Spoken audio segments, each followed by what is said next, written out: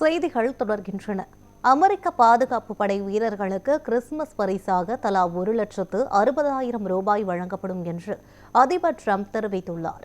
நாட்டு மக்களுக்கு உரையாற்றிய அவர், கடந்த 10 மாதங்களில் 8 பேர்களை முடிவுக்கு கொண்டு வந்ததாக மீண்டும் கூறினார்.